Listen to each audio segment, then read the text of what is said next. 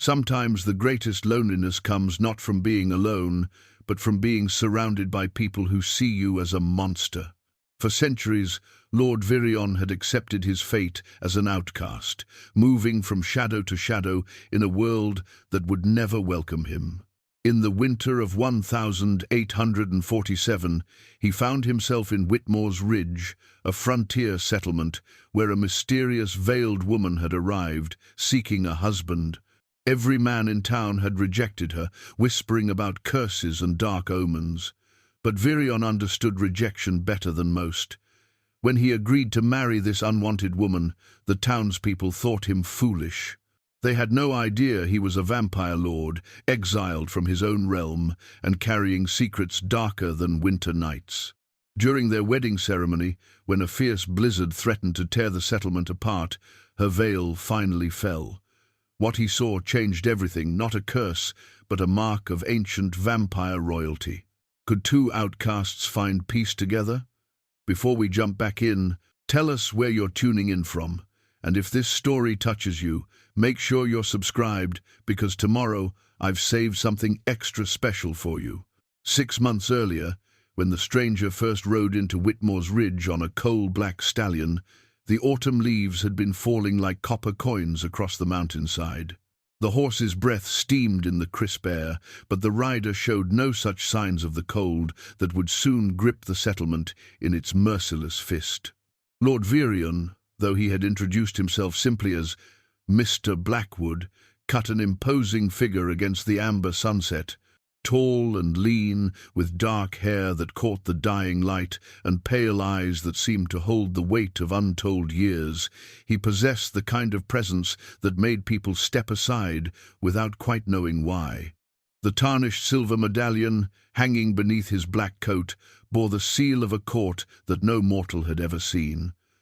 The vampire high court had rendered their judgment with cold finality. Exile to the mortal realm for crimes that still haunted his dreams. The pendant served as both his shame and his identity, the last tangible connection to a world that had cast him out for refusing to massacre an entire human village in the name of vampire supremacy. Mayor Hutchins had been the first to greet him, a stocky man with calculating eyes and a smile that never quite reached them. "Welcome to Whitmore's Ridge, Mr. Blackwood. We don't get many visitors this far up the mountain, especially with winter coming." Vireon had dismounted with fluid grace, his movements carrying an otherworldly elegance that made the mayor's wife clutch her shawl tighter. "I understand the old Blackwood manor is for sale. Been empty for nigh on 20 years, Hutchins replied, studying this mysterious buyer. "Last owner died under strange circumstances. Some folks say the place is cursed." A bitter smile had crossed Vireon's lips. "I find myself drawn to places others fear."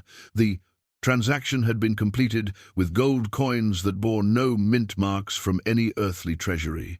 Within a week, smoke once again rose from the manor's chimneys, though the townspeople noticed it only appeared after sunset. During daylight hours, the imposing Victorian structure remained as silent and still as a tomb. Dr. Sarah Webb, the settlement's physician and one of the few women to hold any position of authority, had been among the first to notice the stranger's peculiar habits. A woman of 50 with steel-grey hair and keen intelligence, she kept careful records of the settlement's health and mortality. In her journal, she noted the curious fact that no one had fallen ill since Mr. Blackwood's arrival, an unprecedented occurrence for a frontier community entering winter. "There's something different about that man," she confided to Thomas the blacksmith one evening as he shod her horse. Thomas, a bear of a man with arms like tree trunks and a heart to match, had merely shrugged. "Different how? He pays his bills, keeps to himself, and hasn't caused any trouble. That's more than I can say for most of the drifters we get through here." But Dr. Webb's concerns went deeper than social eccentricity. She had studied medicine in Boston before coming west, and she recognized signs that others missed. The way Blackwood moved suggested predatory awareness. His pale complexion remained unchanged despite the harsh mountain sun, and most telling of all, she had never seen him eat or drink anything in public. The settlement of Whitmore's Ridge existed because of its position along the last viable trade route through the mountains before the passes closed for winter. Founded by prospectors 20 years earlier, it had evolved into a rough but functional community of 200 souls. The main street featured a general store, a saloon, a chapel, doctor, Webb's medical practice, Thomas's smithy, and a handful of other essential businesses. Most residents lived in simple wooden structures that offered basic protection against the elements. Winter meant isolation. From November through March, the settlement was cut off from the outside world by snowdrifts that could bury a man on horseback. Survival depended on careful preparation, community cooperation, and a healthy respect for the mountain's power to kill the unprepared. The arrival of the final supply wagon before winter was always cause for celebration and anxiety about whether they had enough provisions to last until spring. Vireon observed these dynamics with the detached interest of someone who had witnessed the rise and fall of countless human communities over the centuries. He had seen the Black Death sweep across Europe, watched the New World burn with colonial wars, and witnessed the Industrial Revolution transform entire societies. Yet something about Whitmore's Ridge called to him. Perhaps it was the community's stubborn resilience in the face of isolation, or maybe it was simply that he, too, understood what it meant to be cut off from everything familiar. His exile from the vampire realm had been absolute. The High Court's punishment for his refusal to participate in what they called culling operations, systematic massacres designed to keep human populations manageable and fearful.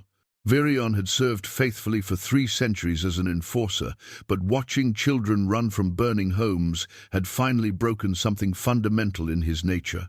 His rebellion had been swift and decisive. He had turned his blade on his own commanders rather than innocent mortals. The price of conscience, he learned, was banishment from everything he had ever known. The Blackwood Manor had drawn him not for its strategic position or defensive advantages, but for its obvious abandonment. Like him, it was a relic of grander times, left to weather the storms alone. The previous owner, according to local gossip, had been an eccentric scholar who claimed to study supernatural phenomena. His death, found drained of blood in his library, had spawned enough ghost stories to keep the property empty for 2 decades. Vireon had smiled grimly when he first walked through the dust-covered rooms. If they only knew how close to the truth their ghost stories came. The manor's library contained volumes that would have terrified the good people of Whitmore's Ridge. Ancient texts on vampire lore, supernatural biology, and the hidden history of creatures that lived in the shadows of human civilization. The previous owner had been a scholar indeed, one who had learned too much for his own safety. Among the books, Vireon found detailed chronicles of vampire nobility, including references to royal bloodlines that supposedly died out centuries ago. He had paid little attention to such records initially, dismissing them as academic curiosity. His exile had severed his connections to vampire politics, and he preferred to keep it that way. The autumn months passed quietly. Vireon established a routine that avoided unnecessary contact with the townspeople while maintaining the minimal social connections required to avoid suspicion. He purchased supplies through carefully managed interactions, always paying promptly and never lingering for conversation. His nocturnal habits were explained away as a scholar's preference for working by lamplight, and his pale complexion was attributed to spending too much time indoors with books. He fed carefully and sparingly from the deer population in the surrounding forests, taking only what he needed to maintain his strength. The taste of animal blood was a poor substitute for what his nature craved, but it satisfied the hunger without compromising his fragile peace with humanity. Some nights, when the bloodlust grew particularly strong, he would stand at his manor's highest window and remember the faces of children he had saved by choosing exile over obedience. The first heavy snows fell in early November, transforming Whitmore's ridge into a pristine white landscape that reflected the moon's light with crystalline clarity. Vireon found an unexpected peace in the settlement's winter rhythm. The shortened days meant longer nights, and the community's focus on survival created a practical camaraderie that transcended social differences. It was during the third week of November that the final supply wagon arrived, struggling through snowdrifts that threatened to close the mountain passes permanently. The wagon master, a grizzled veteran named Murphy, had made this run for 15 years and knew better than most the signs of an early winter. "This is it, folks," he announced as the townspeople gathered to unload essential supplies. "Won't be seeing another wagon until spring thaw, and that's if we're lucky." But Murphy's wagon carried more than supplies. In the back, wrapped in heavy wool blankets and sitting with the quiet dignity of someone accustomed to hardship, was a woman whose face remained hidden behind a dark veil. She clutched a small traveling case and wore a simple black dress that had seen better days. "Found her in Millfield," Murphy explained to Mayor Hutchins. "Settlement there was hit by some kind of sickness that took half the population. She was looking for passage to anywhere that would have her. Paid her way and kept quiet the whole journey." The woman had spoken only when necessary during the 3-day trip, her voice soft and cultured in a way that suggested education and refinement. She had given her name as Elara and expressed her intention to find a husband among the men of Whitmore's Ridge. The arrangement was not uncommon. Frontier settlements often welcomed women willing to marry and contribute to the community's stability. But Elara was different in ways that made the men of Whitmore's Ridge uncomfortable. Mayor Hutchins took it upon himself to arrange meetings between Elara and the settlement's eligible bachelors. One by one, they came to the boarding house, where she had taken a room.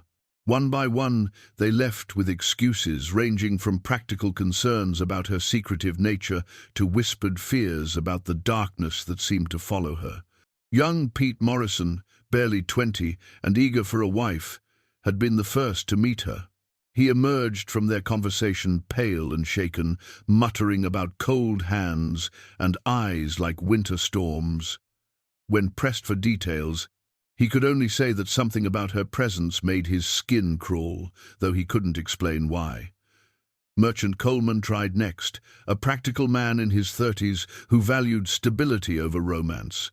He lasted longer than Pete, but ultimately declared her unsuitable for frontier life, though he refused to elaborate on his reasoning. Even Thomas the blacksmith, known for his steady temperament and lack of superstition, found himself unable to continue courting her after their second meeting. "There's nothing wrong with the woman," he told Dr. Webb with obvious confusion. "She's well-spoken, clearly educated, and seems kind enough. But every time I'm near her, I feel like I'm standing on the edge of a cliff in the dark." One by one, every eligible man in the settlement found reason to withdraw his interest. The explanations grew more elaborate and less convincing as word spread through the community. Some claimed she brought bad luck, others whispered about curses and dark omens. A few suggested she might be a witch or worse, though none could point to any specific evidence of supernatural wrongdoing. Dr. Webb, ever practical, attempted to examine the situation from a medical perspective. "Perhaps she carries some disease," she suggested during a community meeting, "something that triggers an instinctive avoidance response." But even Dr. Webb found herself uncomfortable in Elara's presence, though she struggled to understand why. During a brief consultation about headache remedies, the physician had felt an inexplicable chill that had nothing to do with the winter weather. Elara's touch, when she handed over payment for the medicine, had been ice-cold despite the warm interior of the medical practice. The rejection devastated Elara, though she bore it with quiet dignity that somehow made the situation worse. She spent her days helping at the boarding house, contributing what little money she had for room and board, and reading by the window with a sadness that seemed to permeate the very air around her. It was during the 4th week of her residence in Whitmore's Ridge that Lord Vireon first laid eyes on her. She had been walking back from the general store, her veiled figure moving through the snow with ethereal grace. Even from a distance, Vireon felt something stir in his ancient memory, a recognition that bypassed conscious thought and struck directly at something deeper than intellect. The way she carried herself spoke of noble breeding, though her current circumstances suggested a dramatic fall from whatever station she had once held. Her movements were too refined for someone born to common life, and despite her obvious poverty, she maintained a posture that suggested she was accustomed to deference rather than dismissal. But there was something more, something that made Vireon's supernatural senses sharpen with sudden interest. Beneath the scent of wool and simple soap, beneath the human aromas of the boarding house and the settlement itself, he detected something that made his ancient blood quicken with possibility. She smelled of old magic and older secrets. That evening, as snow began to fall in earnest and the wind howled around his manor's stone walls, Vireon made a decision that would change both their fates forever. If the men of Whitmore's Ridge were too blind to see past their superstitious fears, perhaps it was time for someone who truly understood monsters to step forward. After all, who better to appreciate a woman cursed by darkness than a man damned to eternal night? The next morning brought news that would shake Whitmore's Ridge to its foundation. Lord Vireon had sent word through Thomas the blacksmith that he wished to formally request Ilara's hand in marriage. The announcement spread through the settlement like wildfire, generating a mixture of shock, confusion, and barely concealed horror among the residents. Mayor Hutchins received the message while reviewing supply inventories in his office above the general store. His hands trembled slightly as he read the carefully penned note, written in an elegant script that spoke of education far beyond what any frontier settlement could provide. The request was formal, proper, and terrifyingly sincere. "This cannot be allowed," he muttered, crushing the letter in his fist. There were forces at work here that the good people of Whitmore's Ridge could never understand, ancient powers stirring in ways that threatened everything he had worked to protect. Dr. Webb was among the first to hear the news, and her reaction was swift and decisive. She made her way through the deepening snow to the boarding house, where she found Ilara sitting by the window in the small common room, her protective veil draped across her shoulders like a shroud. The ancient silk appeared to shimmer with its own inner light, and Sarah couldn't help but notice the intricate patterns woven into the fabric symbols that seemed to shift and change when viewed from different angles. "Miss Ilara," Dr. Webb began, settling into the chair across from her, "I understand you've received a marriage proposal from Mr. Blackwood." Ilara's hands stilled on the book. She had been reading a leather-bound volume that Dr. Webb didn't recognize.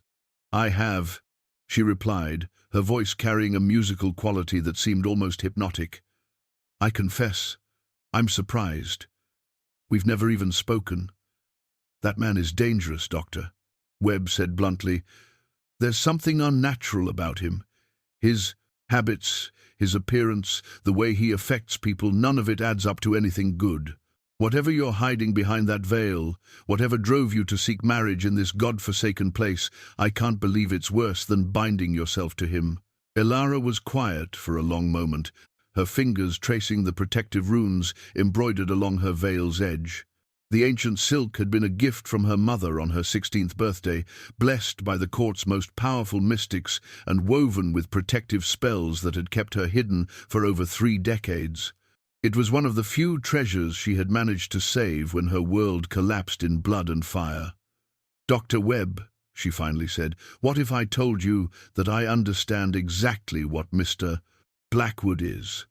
What if I explained that his nature doesn't frighten me because I carry secrets that are far more dangerous than anything he might be hiding?"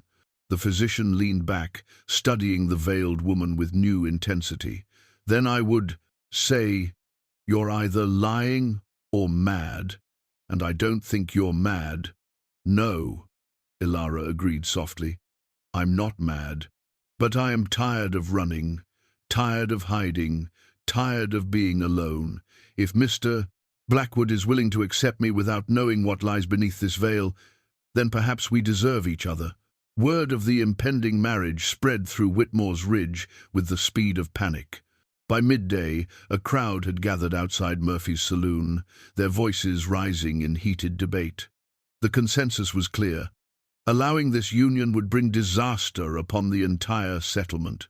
"It ain't natural," declared Pete Morrison, still shaken from his brief encounter with Ilara weeks earlier. "That woman's cursed. Mark my words. And now she's found herself a man who's just as twisted as she is." "We should run them both out of town," suggested Coleman the merchant, "before whatever sickness they carry spreads to the rest of us." But Thomas the blacksmith, despite his own unease about Ilara, found himself defending the pair's right to marry. "Since when do we tell folks they can't wed because they make us uncomfortable? They're both adults, and they've done nothing to harm anyone here." The debate raged through the afternoon, fueled by fear and superstition. Some of the women whispered about love potions and dark magic, while others suggested that Blackwood had been entranced by whatever evil power Ilara possessed. The men spoke of curses and omens, of the unnatural winter weather that had seemed to intensify since her arrival. Mayor Hutchins listened to the growing unrest with grim satisfaction. The people's fear would serve his purposes perfectly. He had been tracking Ilara for months, following the trail of strange disappearances and unexplained phenomena that seemed to follow in her wake. Her arrival in Whitmore's Ridge had been no accident. She was being hunted, and her pursuers would find her soon enough. But the addition of Blackwood to the equation complicated matters significantly. The man's supernatural nature was obvious to anyone who knew the signs, and his protective interest in Ilara suggested connections that could prove extremely dangerous. If they were allowed to unite, to combine whatever powers they possessed, the resulting alliance could upset carefully laid plans that had been years in the making. As evening approached, the wind began to howl with increasing ferocity. Snow fell in thick, heavy flakes that obscured visibility beyond a few feet. The storm that was building promised to be one of the worst the settlement had ever seen, and the timing couldn't have been more ominous. Despite the weather, preparations for the wedding ceremony proceeded with grim determination. Reverend Matthews, the settlement's elderly minister, had initially refused to perform the service. But a visit from Lord Vireon, accompanied by a generous donation to the church, had changed his mind with remarkable speed.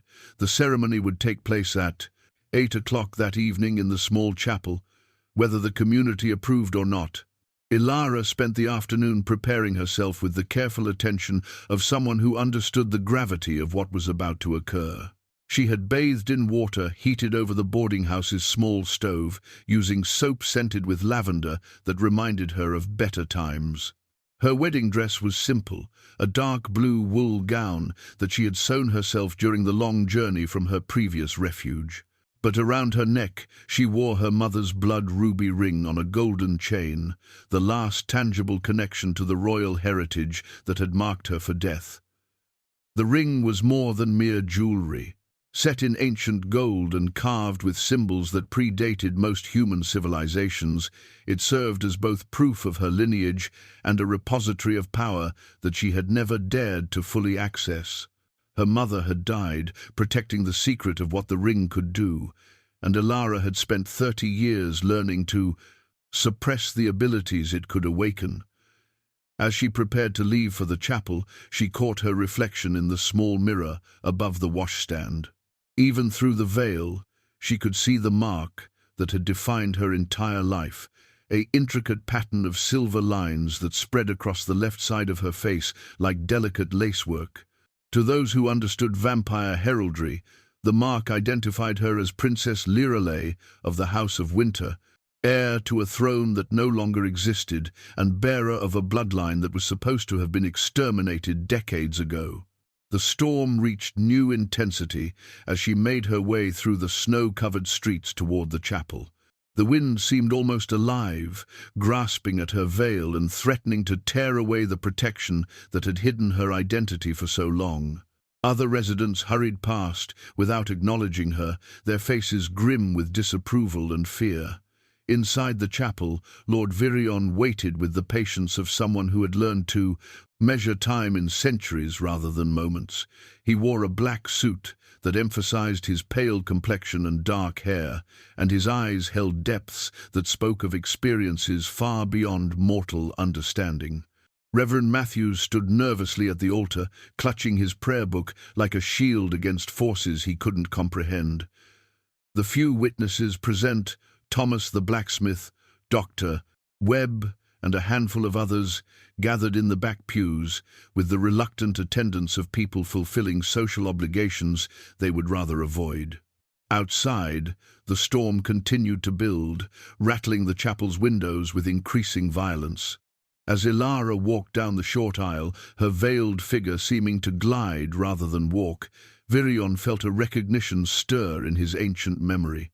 Something about her movement, her bearing, the way she carried herself despite her obvious fear, it spoke to experiences that predated his exile, memories from his time serving the vampire nobility. The ceremony began, with Reverend Matthew's voice trembling slightly as he recited the traditional words. The storm outside seemed to respond to the proceedings, growing more violent with each spoken vow. Lightning flashed against the chapel windows, illuminating the small gathering in stark relief. "Do you, Ilara, take this man to be your lawfully wedded husband, in sickness and in health, for better or worse, until death do you part?" Her voice was clear and steady, despite the supernatural fury building around them. "I do. And do you, Mr. Blackwood, take this woman to be your lawfully wedded wife, in sickness and in health, for better or worse, until death do you part?" Vireon's response carried the weight of centuries of loneliness and the hope of redemption. "I do." It was at that moment, as Reverend Matthews prepared to pronounce them husband and wife, that the storm reached its crescendo. A violent gust of wind burst through the chapel doors, extinguishing most of the candles and sending papers flying in all directions. In the chaos that followed, with witnesses ducking for cover and the minister struggling to maintain his footing, Ilara's protective veil was torn away by the supernatural wind. For the first time in over 30 years, her face was fully revealed. The silver marks that covered the left side of her features were not scars or disfigurement, but rather an intricate pattern of hereditary symbols that identified her as the last surviving member of vampire royalty. The delicate lines formed a crown-like design that seemed to pulse with its own inner light, beautiful and terrible in its implications. Vireon stared in shocked recognition, his ancient memory suddenly flooding with images of the royal court he had once served. The face before him belonged to a princess who was supposed to have died decades ago, the last heir to a bloodline that his own exile had been designed to protect. The witnesses gasped in horror at what they perceived as demonic marking. But Vireon saw something far more significant.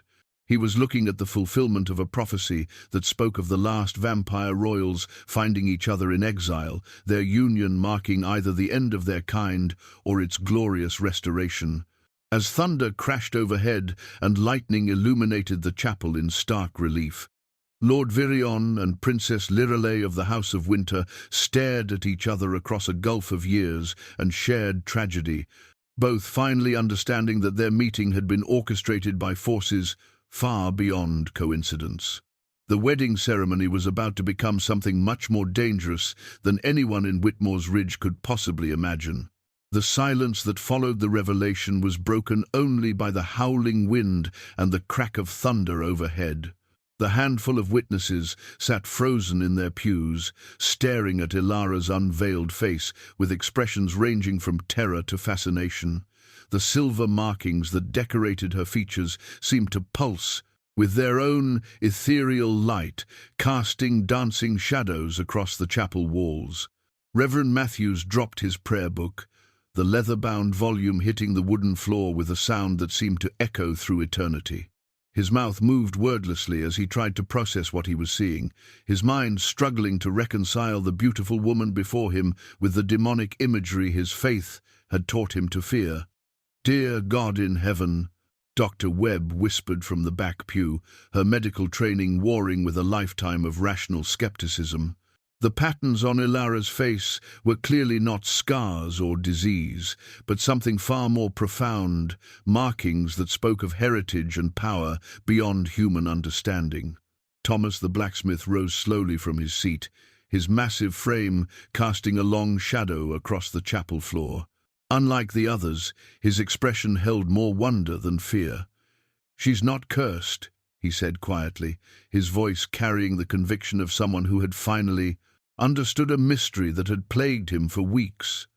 "She's marked by something ancient, something royal."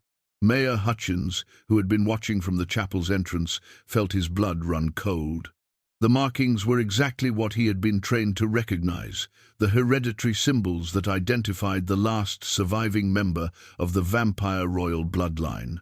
His hand instinctively moved to the silver pendant hidden beneath his shirt, the mark of the Shadow Hunter Order that had been tracking this woman across half the continent.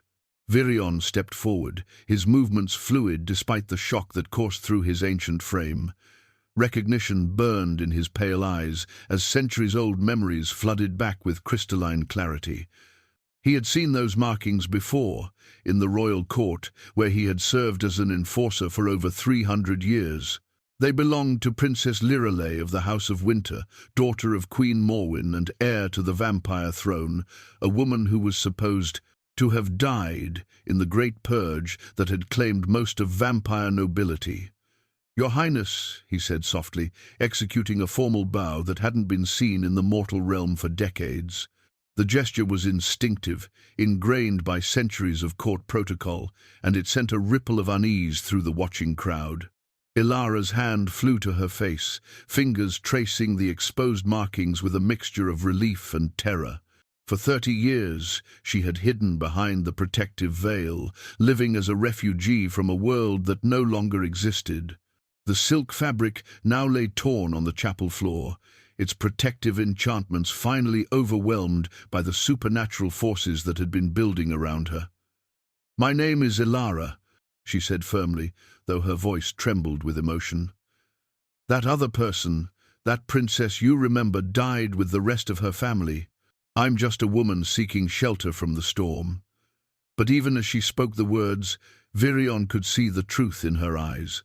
The silver markings weren't the only evidence of her heritage. Her bearing, her grace under pressure, the way she unconsciously commanded attention, even in her moment of vulnerability, all spoke of royal blood and noble training. "We need to get you somewhere safe," he said urgently, glancing toward the chapel doors, where angry voices were beginning to gather. The townspeople who had witnessed the revelation were already spreading word of what they had seen, and fear was rapidly transforming into mob mentality. Outside, the storm continued to rage with unnatural intensity. Lightning flashed across the sky in patterns that seemed almost deliberate, and the wind carried voices that spoke in languages older than human civilization. The supernatural forces that had been drawn to Whitmore's Ridge by the presence of 2 exiled vampire nobles were beginning to manifest in ways that even the mountains themselves seemed to fear. Reverend Matthews finally found his voice, though it came out as little, more than a frightened whisper. "What are you people? What have you brought to my church?" "Redemption," Vireon answered simply, "though I suspect you won't see it that way." The chapel doors burst open, admitting a gust of frigid air and several townspeople whose faces were twisted with fear and anger. Pete Morrison led the group, his young features hardened by superstition and panic. Behind him came Coleman the merchant and several other men who had previously rejected Ilara's suit for marriage. "We knew it," Pete shouted over the sound of the storm. We knew she was cursed. Look at those marks. She's marked by the devil himself. And you, Coleman pointed an accusatory finger at Vireon, you're in league with her. Whatever evil she brings, you're part of it. Vireon positioned himself protectively in front of Ilara, his stance shifting subtly into something that spoke of combat readiness and barely restrained violence. The centuries of exile hadn't dulled his warriors' instincts, and he could sense the growing danger in the crowd's mood. "Stand aside," he commanded, his voice carrying an authority that made several of the townspeople step backward involuntarily. "My wife and I will leave peacefully, but we will not be threatened or harmed." "Wife?" Pete laughed harshly. "That ceremony ain't legal now that we know what she really is. No Christian marriage can bind a demon to a man, assuming you're even human yourself." "Doctor." Webb pushed through the crowd, her medical bag clutched in one hand and her pragmatic nature overriding her fear. "That's enough," she declared firmly. "Whatever those markings mean, this woman has done nothing to deserve your hatred. She's been nothing but polite and helpful since she arrived." "Helpful?" Coleman spat. "She's brought unnatural weather, cursed our livestock, and now she's revealed herself as some kind of monster. How is any of that helpful?" "The livestock are healthier than they've been in years," Dr. Webb countered. "And the weather is just an early winter storm. Your fear is making you see evil where none exists." But even as she defended Ilara, Doctor, Webb couldn't shake her own unease about the supernatural forces that seemed to swirl around the couple. Her rational mind rejected the possibility of curses and demons, but her instincts warned her that something far beyond normal human experience was unfolding in Whitmore's Ridge. Thunder crashed overhead with such violence that the chapel's windows rattled in their frames. In the flickering light of the remaining candles, Ilara's markings seemed to pulse with increasing intensity, responding to the emotional turmoil that surrounded her. She could feel ancient powers stirring within her bloodline, abilities that she had spent decades learning to suppress. "Please," she said, addressing the crowd with quiet dignity, despite the fear in her voice. "I never meant to bring trouble to your community. If my presence here threatens your safety, then my husband and I will leave as soon as the storm passes." "Husband?" Mayor Hutchins stepped forward from the back of the crowd, his expression carefully controlled, despite the rage burning in his eyes. "I'm afraid I can't allow that union to be recognized. The ceremony was conducted under false pretenses, and the bride's true nature invalidates any vows that were spoken." Vireon's eyes narrowed as he studied the mayor more carefully. There was something about the man's confidence in the face of supernatural revelation that suggested knowledge far beyond what a frontier politician should possess. The way he positioned himself, the calculated nature of his objections, the almost predatory gleam in his eyes, all of it spoke of someone who had been expecting this moment. "On what authority do you invalidate a Christian marriage performed by an ordained minister?" Vireon asked, his voice carrying a dangerous edge that made several townspeople back toward the door. "On the authority of someone who knows exactly what she is," Hutchins replied, his hand moving to the silver pendant beneath his shirt. "And what you are, Lord Vireon of the Vampire High Court." The revelation hit like a physical blow, causing several witnesses to gasp in shock and fear. Vireon felt ancient instincts surge through his frame as he realized that their location in Whitmore's Ridge had been no accident. They had walked directly into a trap that had been months in the making.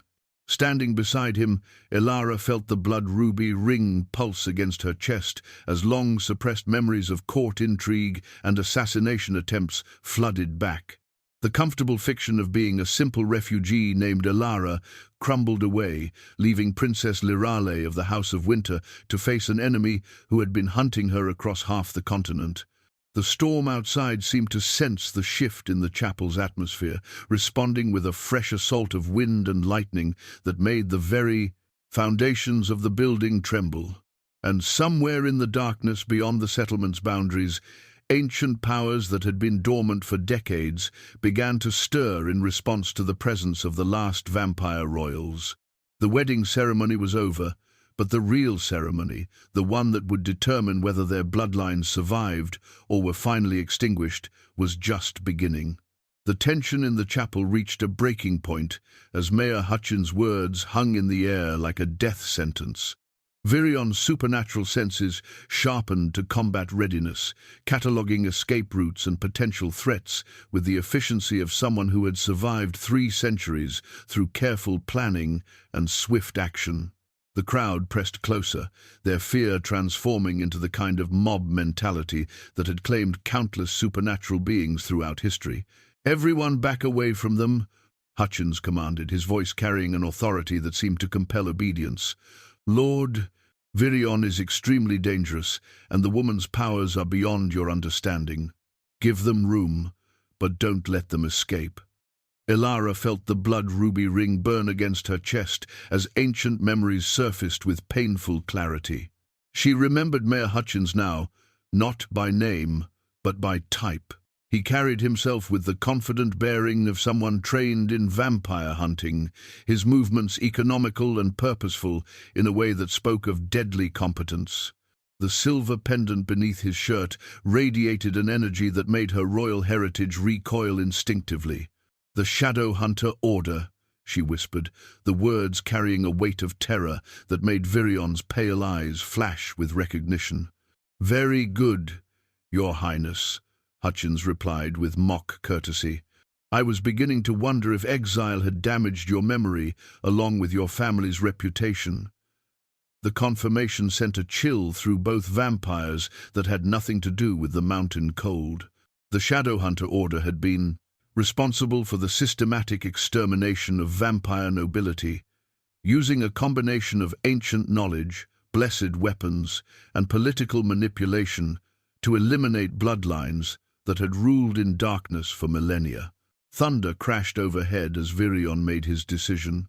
"Ilara, stay close to me," he commanded, his voice carrying the authority of someone accustomed to combat leadership.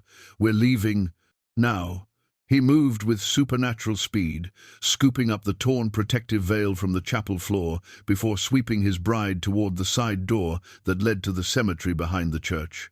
The townspeople scrambled to block their path, but Vireon's presence seemed to create an invisible barrier that made them stumble and fall back despite their numerical advantage. "Stop them!" Hutchins shouted, but his order came too late. The vampire lord and his princess bride disappeared into the storm-lashed night, leaving behind a chapel full of confused and terrified witnesses. The journey back to Blackwood Manor was a nightmare of wind and ice. The storm seemed to have taken on a malevolent intelligence, directing its fury specifically at the fleeing couple. Snow whipped around them in blinding spirals, and the temperature dropped so precipitously that even Vireon's supernatural constitution was tested by the brutal cold. Ilara stumbled repeatedly in the deep drifts, her wedding dress providing little protection against the elements. But each time she faltered, Vireon was there to steady her, his strength seemingly inexhaustible despite the supernatural forces arrayed against them. The blood ruby ring pulsed steadily against her chest, its ancient magic providing just enough warmth to prevent hypothermia. They reached the manor as lightning illuminated its gothic silhouette against the storm-darkened sky. Vireon ushered Ilara through the heavy oak doors, securing multiple locks behind them before leading her to the library, where a fire crackled in the massive stone path. The sudden warmth after their ordeal in the storm was almost overwhelming, and Ilara sank into a leather chair with a shudder of relief. "We're safe, for now," Vireon said, though his tone suggested that safety was a temporary condition at best.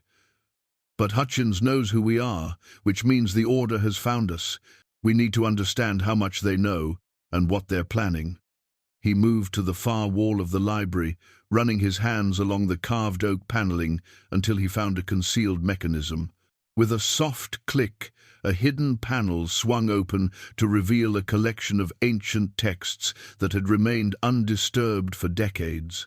The previous owner of the manor had been more than just an eccentric scholar. He had been a chronicler of supernatural history, documenting bloodlines and prophecies that most believed were nothing more than mythology.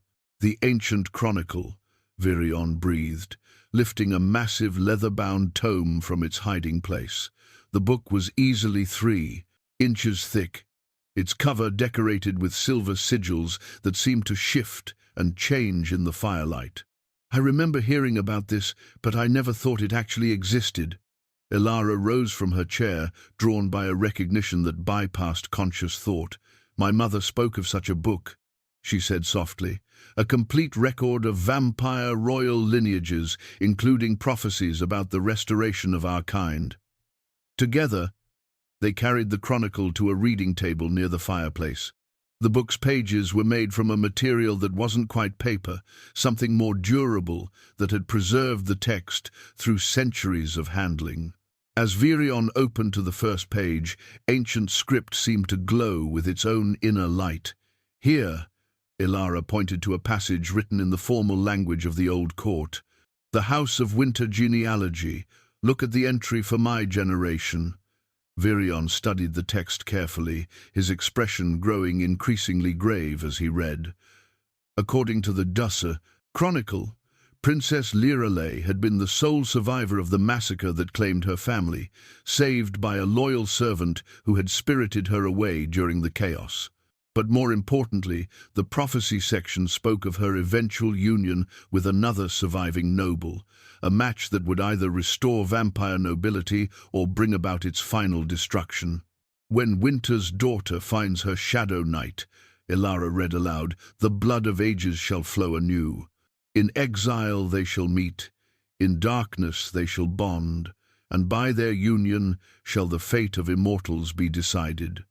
Shadow knight, Vireon mused, studying his reflection in the chronicle's polished surface. I suppose that fits well enough. But this prophecy suggests our meeting wasn't coincidence. Elara pulled the blood ruby ring from its chain around her neck, holding it up to catch the firelight. The gem seemed to pulse with internal fire, and the ancient gold setting bore inscriptions that matched those in the chronicle. This was my mother's signet ring, she explained. The last physical proof of my heritage. She died, protecting its secret. As she spoke, the ring began to glow with increasing intensity, its light revealing details in the chronicle's pages that had been invisible moments before. Hidden text appeared between the lines, written in a script so ancient that even Vireon's extensive education struggled to translate it.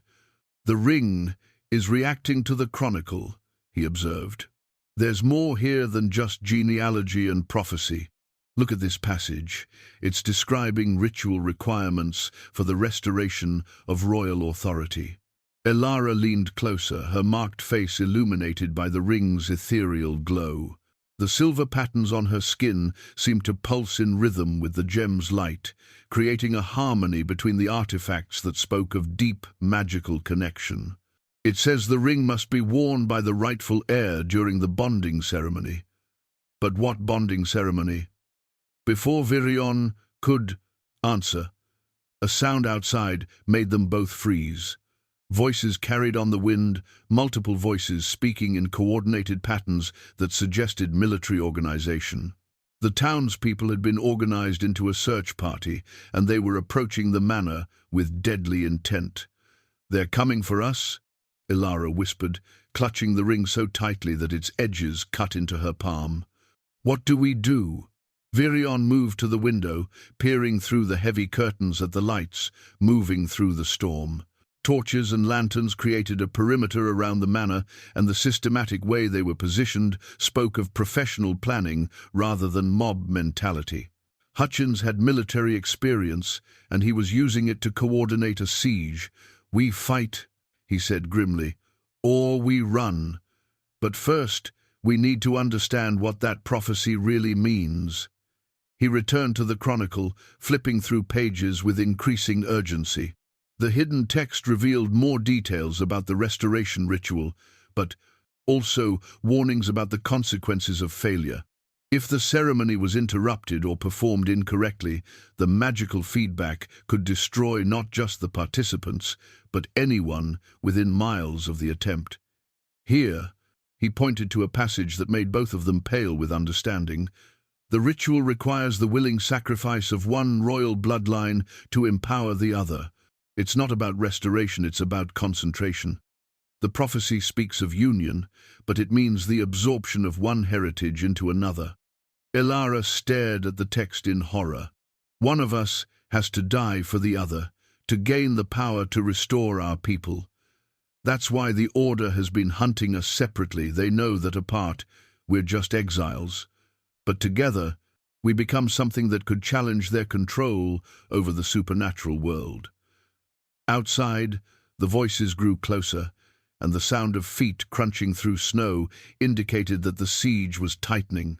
But inside the library, surrounded by ancient knowledge and forbidden prophecies, two of the last vampire nobles in existence faced a choice that would determine not just their own survival, but the future of their entire species.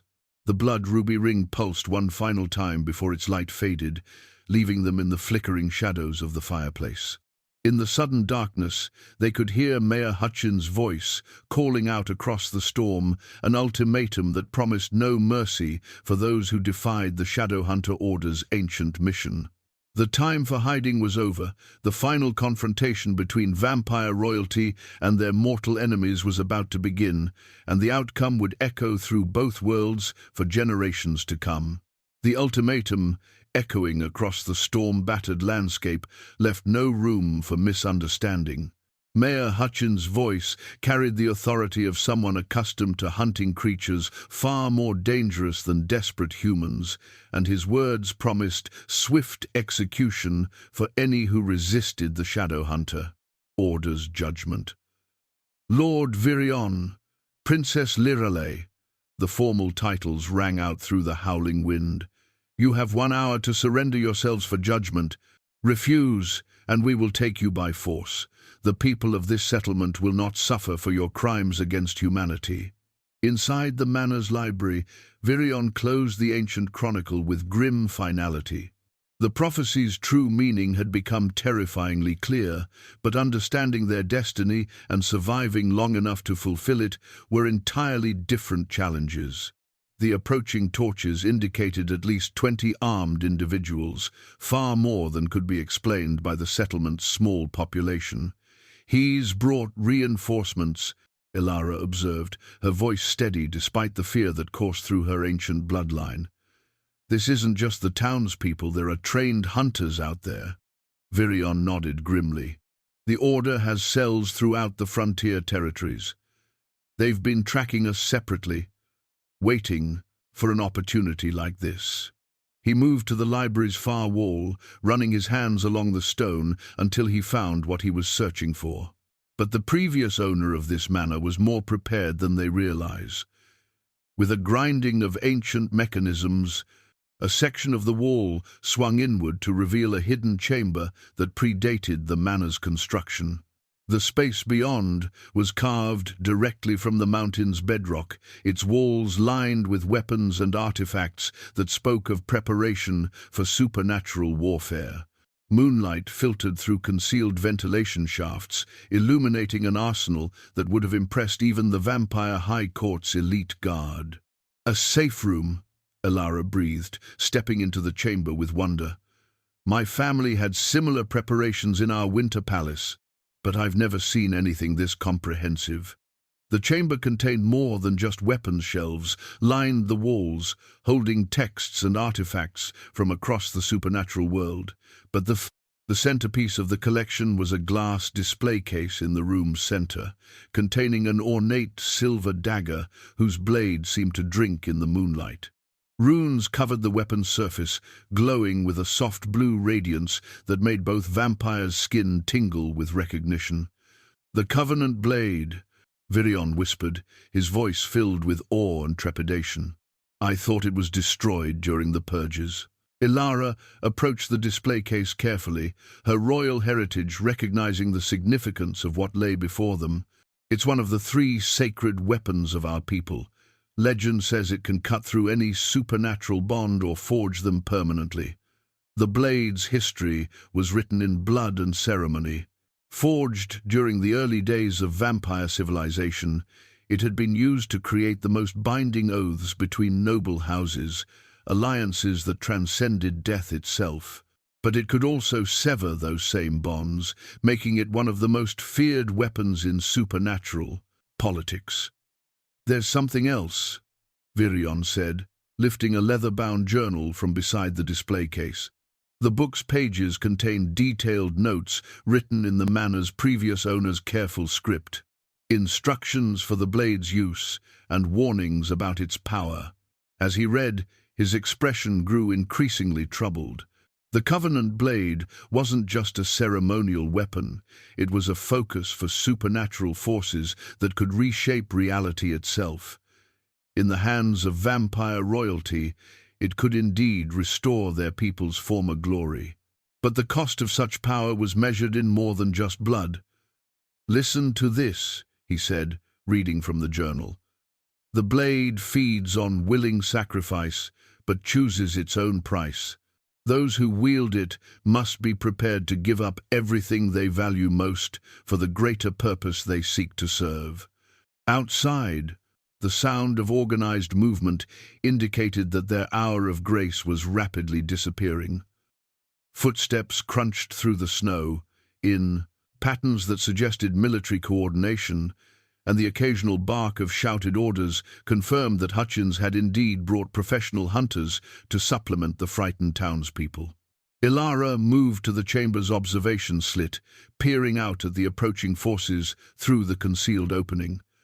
What she saw made her blood run cold. The men moving through the storm weren't just carrying torches and farming tools, they bore the blessed silver weapons and protective amulets of the Shadowhunter Order, equipment that could kill even ancient vampires if used with skill and determination. "At least 30 of them," she reported grimly, "and they're positioning themselves to prevent any escape. This isn't a mob action, it's a military operation." Vireon studied the weapons available in the hidden chamber, his tactical mind calculating odds and possibilities. The defensive position was strong, but ultimately limited. They could hold out for hours, perhaps even days, but eventually their enemies would find a way to breach their defenses. The real question was whether they could survive long enough to attempt the restoration ritual described in the Chronicle. "There's something else we need to consider," he said quietly. "The prophecy spoke of union between royal bloodlines, but it never specified that the union had to be voluntary." Ilara turned from the observation slit, her marked face grave with understanding. "You think Hutchins knows about the ritual, that he's trying to force us to attempt it under circumstances that would ensure our destruction?" "It would explain his confidence," Vireon agreed. "The Order has spent centuries studying vampire lore. They know that desperate nobles might attempt the restoration ceremony as a last resort, and they've learned how to turn that desperation against us." The realization added a new dimension to their predicament. They weren't just facing hunters who wanted to kill them, they were confronting enemies who understood their nature well enough to manipulate their deepest instincts. The Shadowhunter Order knew that vampire royalty would rather die attempting to restore their people than live as powerless exiles. But understanding the trap didn't necessarily provide a way to escape it. As if summoned by their darkening thoughts, a new voice joined the chorus outside. "Doctor," Webb was speaking in urgent tones, her medical training apparently overriding her fear of the supernatural forces at work around her. "This is madness, Hutchins," she called out. "Whatever these people are, they've done nothing to harm our community. You're asking us to participate in murder based on superstition and fear." "It's not murder when the targets aren't human," Hutchins replied coldly. "And it's not superstition when you've seen what their kind can do to innocent people. Stand aside, Doctor. This doesn't concern you." "Like hell it doesn't." Dr. Webb's voice carried authority that surprised even the hardened hunters. "I've taken an oath to preserve life, and I won't let you slaughter people in the name of protecting a community that never asked for your protection." The exchange revealed a split in the forces arrayed against them. While Hutchins commanded the loyalty of his Shadowhunter operatives, not all of the townspeople were convinced that execution was the appropriate response to the supernatural revelation. Some, like Dr. Webb and presumably Thomas the blacksmith, retained enough humanity to question the morality of what was being proposed. "We have allies," Ilara observed. "Not many, but perhaps enough to create the opportunity we need." Vireon nodded, but his expression remained grim. "The question is whether we can reach them without triggering the very confrontation we're trying to avoid, and whether we're willing to risk their lives for our chance at survival." It was then that the Covenant blade began to pulse with increasing intensity, its blue radiance reflecting off the chamber's stone walls in patterns that seemed almost hypnotic. The weapon was responding to their presence, awakening from decades of dormancy in recognition of royal blood and desperate need. As if drawn by an invisible force, both vampires approached the display case. The blade's power called to their heritage, promising solutions to problems that seemed insurmountable. But the warnings in the previous owner's journal echoed in their minds, reminding them that supernatural weapons always extracted prices that were higher than their wielders expected to pay. Outside, the storm continued to rage with unnatural fury, and the voices of their enemies grew closer with each passing moment. Inside the hidden chamber, two of the last vampire nobles in existence stared at a weapon that could save their people or destroy them all, knowing that the choice they made in the next few minutes would echo through both worlds for generations to come. The siege of Blackwood Manor was about to enter its deadliest phase, and the fate of vampire civilization hung in the balance of decisions that would test the limits of love, loyalty, and the willingness to sacrifice everything for the greater good. The Covenant blade's pulsing intensified, as if responding to the approaching danger, its ancient power resonating with the royal blood of both vampires. Vireon reached for the display case's latch, then hesitated as the weight of responsibility settled on his shoulders like a physical burden. Once they took up the blade, there would be no turning back from whatever destiny awaited them. A soft knock at the manor's front door interrupted their contemplation. The sound was too gentle to be an assault, too deliberate to be accidental. Someone was requesting entry rather than demanding it, which suggested either a trap or an unexpected ally. "I'll check the observation point," Ilara whispered, moving to the chamber's concealed viewing slit. Through the narrow opening, she could see a lone figure standing at the manor's entrance, hunched against the storm, but clearly unarmed. "It's Dr. Webb. She's alone." Vireon's supernatural hearing picked up the physician's voice, calling through the heavy oak doors. "Mr. Blackwood, Miss Ilara, I know you're in there, and I know you can hear me. I have information you need about Hutchins and what he's really planning." The offer hung in the air between them like a lifeline thrown to drowning sailors. But accepting help meant exposing Dr. Webb to the same dangers they faced and potentially compromising the only ally they had among the townspeople.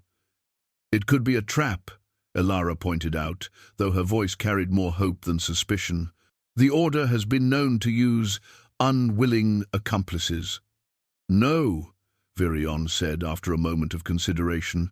"Her opposition to Hutchins was genuine, and we need to know what we're truly facing out there." He moved toward the chamber's exit, then paused. "But we keep the blade's existence secret until we understand her intentions completely." They emerged from the hidden chamber carefully, sealing the entrance behind them before making their way through the manor's darkened corridors. The building groaned under the storm's assault, and occasional flashes of lightning illuminated the Gothic architecture in stark relief. When they reached the front door, Vireon could sense Dr. Webb's presence beyond the thick wood alone, frightened but determined.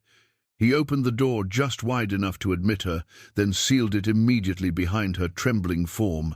The physician was soaked through despite her heavy coat, and her usually neat appearance showed signs of the struggle to reach the manor through the supernatural storm. "Thank you," she gasped, accepting the towel that Ilara offered. "I wasn't sure you would trust me enough to let me in." "We're not sure we should," Vireon replied honestly, "but you've shown more courage than most in opposing. Hutchins' mob, what information do you have that's worth risking your life to share?" Dr. Webb's expression grew grave as she struggled to organize her thoughts. "Hutchins isn't just a mayor, and those men with him aren't frontier hunters. I've been watching them since they arrived 3 days ago, and their equipment, their coordination, their knowledge, it's all too sophisticated for a regional operation." She paused, studying their faces in the firelight. In the manor's library, surrounded by ancient texts and supernatural artifacts, the physician finally allowed herself to acknowledge what her rational mind had been rejecting for weeks. "You're not human, are you?" she asked quietly. "Either of you. And whatever you are, Hutchins has been planning this confrontation for a very long time." Ilara exchanged a glance with Vireon before answering. "No, Dr. Webb, we're not human. But neither are we the monsters that Hutchins wants you to believe. We're refugees from a war that most people don't even know happened. The Shadow Hunter Order," Dr. Webb said, surprising them both. "I've heard whispers about them in medical circles. Physicians who specialize in treating unusual wounds, researchers who study supernatural anatomy, suppliers who provide silver-based medicines for conditions that don't appear in any standard textbook." She moved to the library's window, peering through the heavy curtains at the lights moving through the storm. "They've been systematically eliminating supernatural beings for decades, using a combination of military tactics and scientific methodology. And they've been recruiting local officials to help them identify targets. How long have you known about Hutchins' true allegiance?" Vireon asked, his tactical mind already calculating how this information changed their strategic situation. "I suspected something when he insisted on examining every newcomer to the settlement personally," Dr. Webb explained, "but I became certain when he produced that strange glass orb 3 days ago. He used it to scan everyone in town, looking for what he called supernatural contamination." Ilara felt a chill that had nothing to do with the winter cold. The storm glass, an ancient artifact that reveals the true nature of supernatural beings. If he's been using it to identify targets, then every non-human resident of Whitmore's Ridge is marked for elimination, Vireon finished grimly. "This isn't just about us. It's a purge." Dr. Webb nodded, her physician's oath warring with the reality of what she had discovered.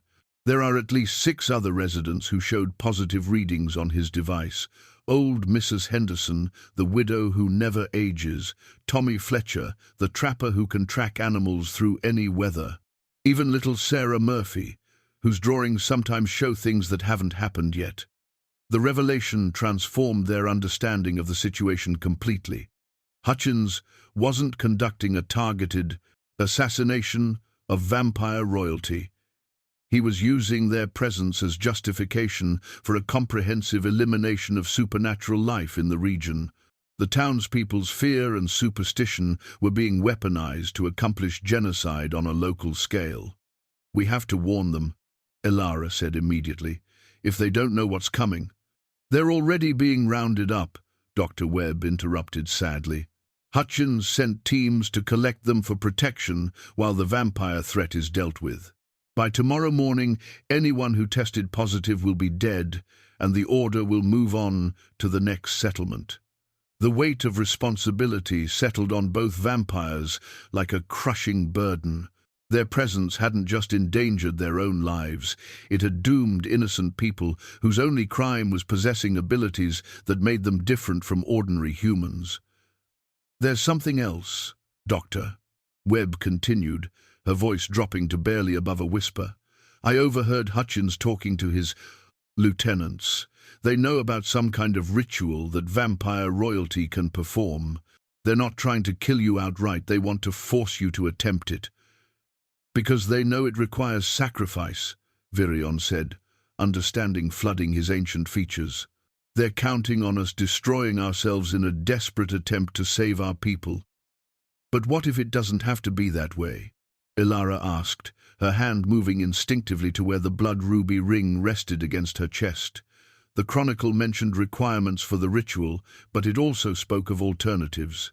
What if the willing sacrifice doesn't have to be death?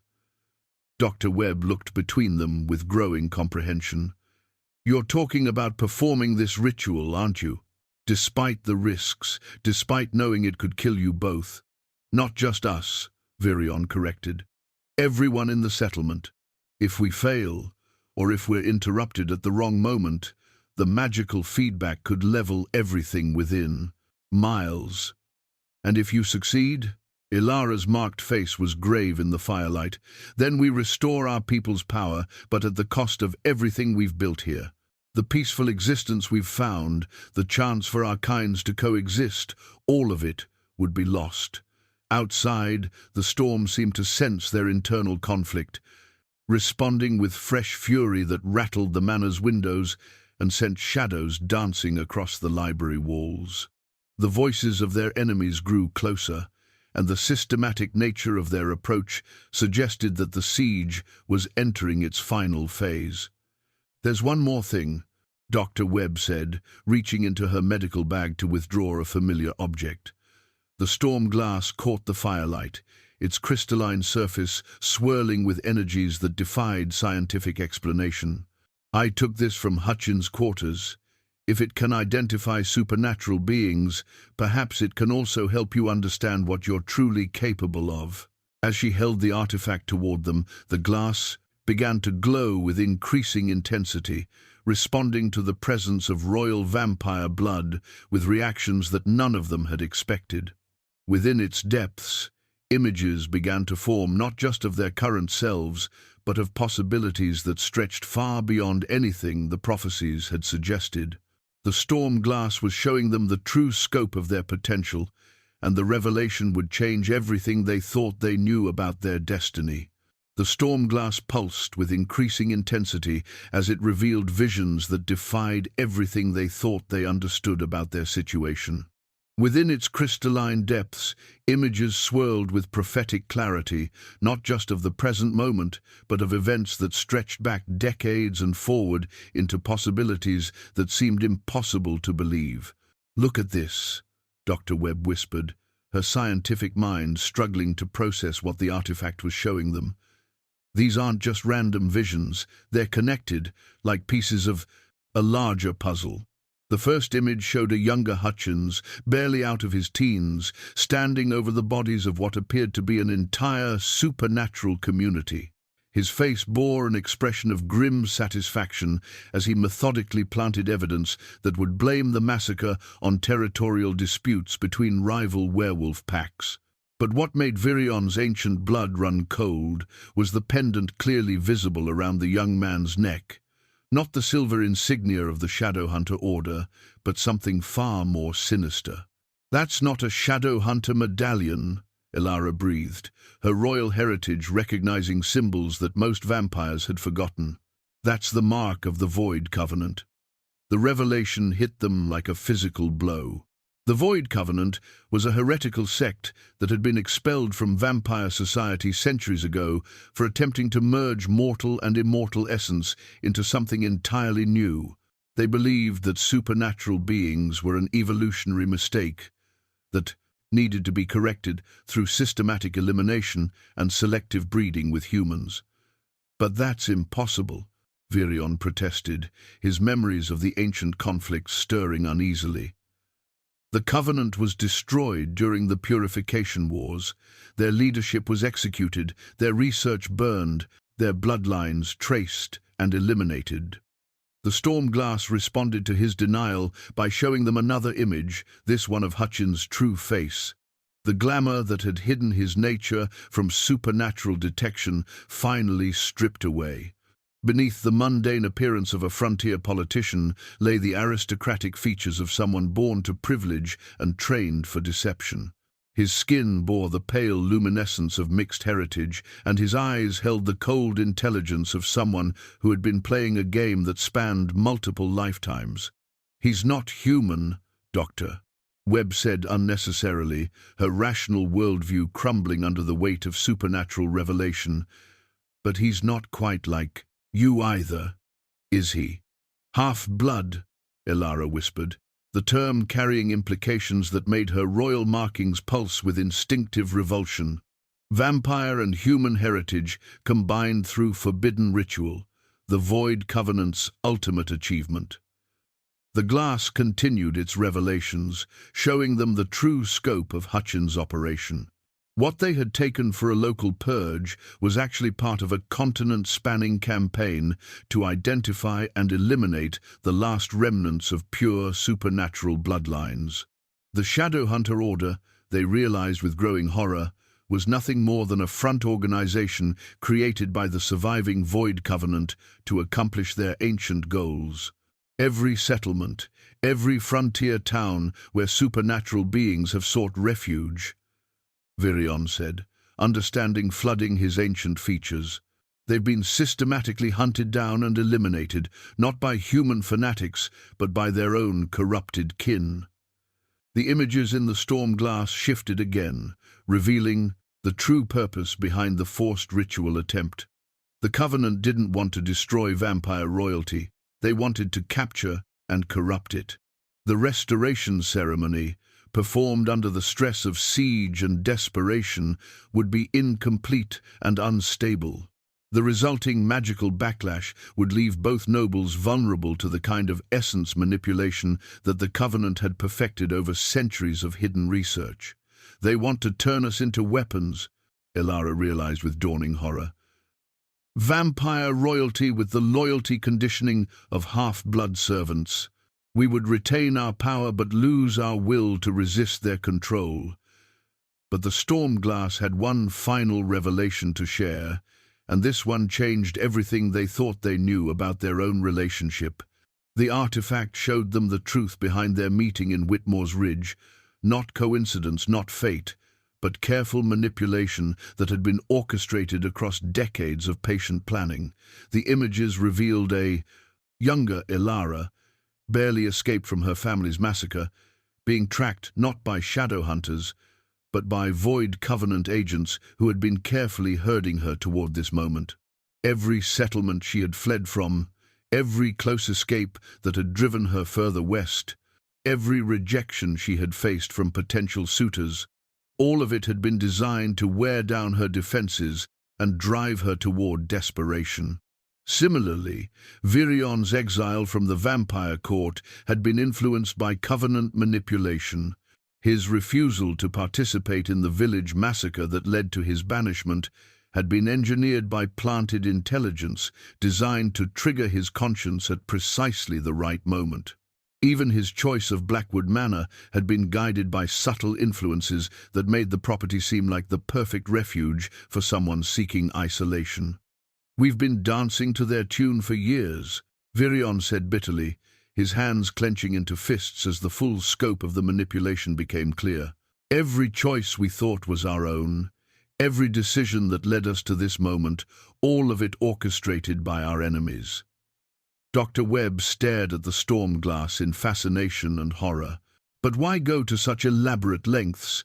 If they wanted you captured, surely there were more direct methods.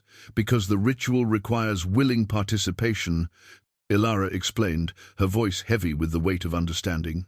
Forced cooperation would contaminate the magical framework and make the process unstable. They needed us to choose this path ourselves, believing we were acting out of love and desperation rather than manipulation. The storm glass pulsed one final time, revealing the most shocking truth of all. In its depths, they saw the distinctive marking that Elara bore on her face, but not as a symbol of royal heritage. The intricate silver patterns were actually a form of magical brand placed on her as an infant by Void Covenant agents who had infiltrated the vampire court itself. Every supernatural being who looked upon her felt an instinctive unease, not because she was royal, but because the markings triggered unconscious recognition of covenant contamination. "The rejections," she whispered, touching her marked face with trembling fingers. "Every man who refused to court me, every supernatural being who avoided my presence, they weren't responding to my royal nature. They were reacting to this brand that marks me as covenant property." Vireon's reaction was immediate and violent. His supernatural nature surged to the surface as rage older than nations burned through his restraint. The careful control he had maintained throughout decades of exile shattered like glass, revealing the predator that lay beneath his civilized exterior. "They marked you as a child," he snarled, his voice carrying harmonics that made the manor's windows vibrate in their frames. "Branded you like cattle, and then spent 30 years driving you toward madness and desperation.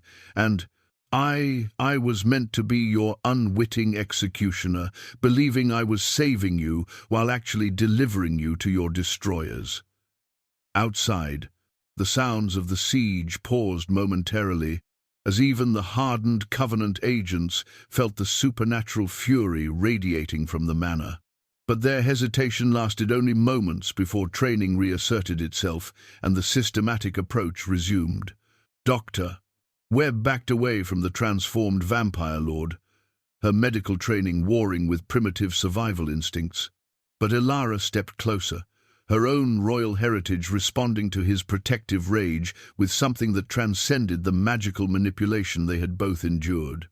"They may have orchestrated our meeting," she said quietly, her marked face serene despite the revelation of lifelong deception. "But they couldn't manufacture what grew between us. The Covenant can manipulate circumstances, but they can't create genuine connection between souls who recognize each other." Her words cut through. Vireon's rage like a blade through darkness. The ancient vampire lord found himself staring at the woman who had become the center of his existence, seeing past the magical brands and hereditary markings to the core of strength that had enabled her to survive decades of persecution. "You're right," he said, his voice returning to its normal register as control reasserted itself. "They brought us together for their purposes, but what we've built together belongs to us alone." The storm glass began to crack as the visions it had shared reached their conclusion. But as the artifact's power faded, it left behind one final gift: complete knowledge of the Void Covenant's current operation, including the locations of their hidden bases, the identities of their key operatives, and most importantly, the specific vulnerabilities in their magical protections that could be exploited by those who understood their true nature. "We know what they are now," Ilara said, catching the fractured storm glass before it could fall to the library floor. "And we know what they want from us. The question is, what are we going to do about it?" Outside, Hutchin's voice rose above the storm with renewed confidence. "Your hour is up. Come out now, and your deaths will be quick. Force us to come in after you, and we'll make you watch while we execute every supernatural being in this settlement, one by one." But inside the manor, two of the last vampire nobles in existence were no longer the desperate refugees that the Void Covenant expected to capture. Armed with knowledge of their enemy's true nature and the scope of their manipulation, they had become something far more dangerous: royalty, with nothing left to lose and everything to fight for. The Shadow Hunter's brand that Ilara bore might mark her as Covenant property in their eyes, but it also served as a beacon that could lead them directly to the heart of their enemy's operation. And the rage that burned in Vireon's ancient soul had been tempered into something harder and more focused than mere vengeance. The siege of Blackwood Manor was about to become something entirely different than either side had planned. Not an execution or a capture, but the opening battle in a war that would determine whether the supernatural world would be enslaved by its corrupted children or liberated by its rightful heirs. The transformation in both vampires was immediate and profound. Where moments before they had been desperate refugees clinging to fragments of hope, They now stood as what they truly were, the last scions of vampire royalty, armed with knowledge and purpose that burned away decades of careful restraint. The truth had freed them from more than just ignorance. It had awakened the full scope of their hereditary power. Vireon moved to the manor's highest window, his supernatural senses cataloguing the positions and capabilities of every enemy surrounding their stronghold. But now he wasn't seeing a death eyes. Superior force bent on their destruction. He was seeing targets whose weaknesses had been revealed by the Stormglass's final visions. 37 Covenant agents, he reported, with the precision of someone who had spent centuries analyzing tactical situations. Mixed half-blood and corrupted human operatives, armed with blessed silver weapons and protective amulets. But their magical defenses are designed to repel pure supernatural attacks, not the hybrid approach we can employ. Ilara joined him at the window, her marked face calm with the serenity of someone who had finally understood her true nature. The silver patterns that decorated her features weren't just brands of ownership, they were also conduits for power that the Covenant had never intended to activate. Years of suppressing her abilities to avoid detection had built up reserves of royal magic that now pulsed beneath her skin like trapped lightning. The manor's positioning gives us significant advantages, she observed, her tactical education finally free to manifest after decades of hiding. The previous owner chose this location for more than just isolation. Look at the way the building sits on the mountain's natural energy lines. Dr. Webb watched this transformation with fascination and growing trepidation. The two people she had known as refugees were revealing themselves to be something far more formidable than she had imagined possible. But along with their newfound confidence came an aura of power that made the air itself feel charged with dangerous potential. "What can I do to help?" the physician asked, her medical oath extending to protecting lives even when those lives belonged to beings beyond her understanding. "More than you might think," Vireon replied, turning from the window with a smile that held more teeth than humor. "The Covenant's operation depends on maintaining their cover as legitimate authorities. If the townspeople understood what they were really facing, they would resist," Dr. Webb finished, understanding immediately. Most of these people came west to escape persecution and government overreach. Learning that their mayor is part of some supernatural conspiracy would turn their fear into anger very quickly. But their strategic planning was interrupted by a sound that made all three freeze in recognition. From the manor's basement came the grinding of ancient mechanisms. The hidden chamber was opening, but not from their side of the concealed entrance. "Impossible," Ilara whispered, her hand moving instinctively to where the blood ruby ring rested against her chest. "Only royal blood can activate those locks." Vireon's expression darkened as the implications became clear. Not just royal blood. Covenant-corrupted royal essence would also register as legitimate. Hutchins isn't just half-blood, he's been enhanced with stolen vampire nobility. The sound of footsteps echoing through the manor's lower levels confirmed their worst fears. The Covenant hadn't just been manipulating them for decades, they had been preparing for this exact confrontation with knowledge of every defense the building possessed. "The Covenant blade," Ilara said urgently. "If they reach the hidden chamber before we can secure it," she didn't need to finish the thought. In the hands of corrupted royalty, the ancient weapon could be used to perform the restoration ritual in reverse, draining their power to strengthen Covenant operations across the continent.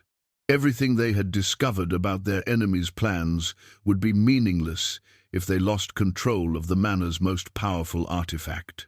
Moving with supernatural speed, they descended through the building's Gothic corridors toward the library where the chamber entrance lay concealed. But as they approached the room, they could hear voices echoing from within, not just Hutchins, but several others whose presence in the hidden space meant that the Covenant's knowledge of the manor's secrets was far more complete than they had feared. "Magnificent," came Hutchins' voice, distorted by the chamber's acoustics but clearly audible through the stone walls. Centuries of preparation, and it all comes down to this moment. The last vampire royals, the Covenant blade, and the perfect storm of desperation that will make them willing participants in their own destruction. Vireon positioned himself beside the chamber entrance, his enhanced hearing allowing him to track the movements within.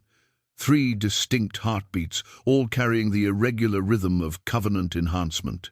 They were outnumbered, but not outmatched if they could reach the blade before their enemies completed whatever ritual they were attempting. But Ilara had a different idea, one that required her to embrace the very markings that had defined her as property in Covenant eyes. The silver patterns on her face began to glow with increasing intensity as she accessed power that she had spent decades learning to suppress. The brands they placed on me were designed to track my location and suppress my abilities, she explained quietly. But magical symbols work both ways. If I can reverse their polarity, you'll trigger a feedback loop that could reach every Covenant agent within miles. Vireon finished, understanding her plan immediately.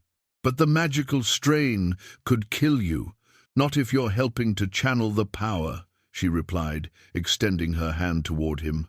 Royal bloodlines were meant to work together, not in isolation.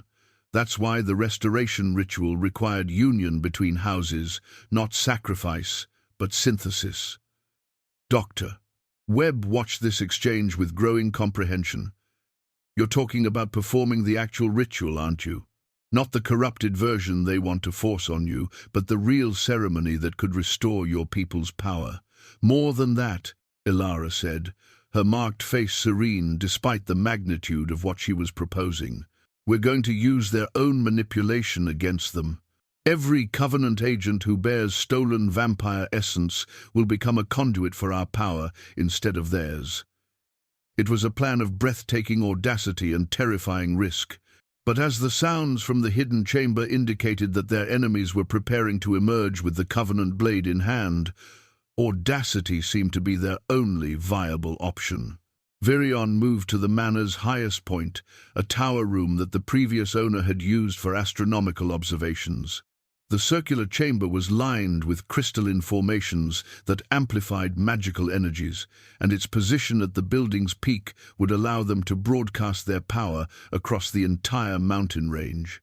In the room's center sat an object that neither of them had noticed during their previous exploration of the manor, a massive crystalline structure that pulsed with inner light and seemed to resonate with the storm raging outside.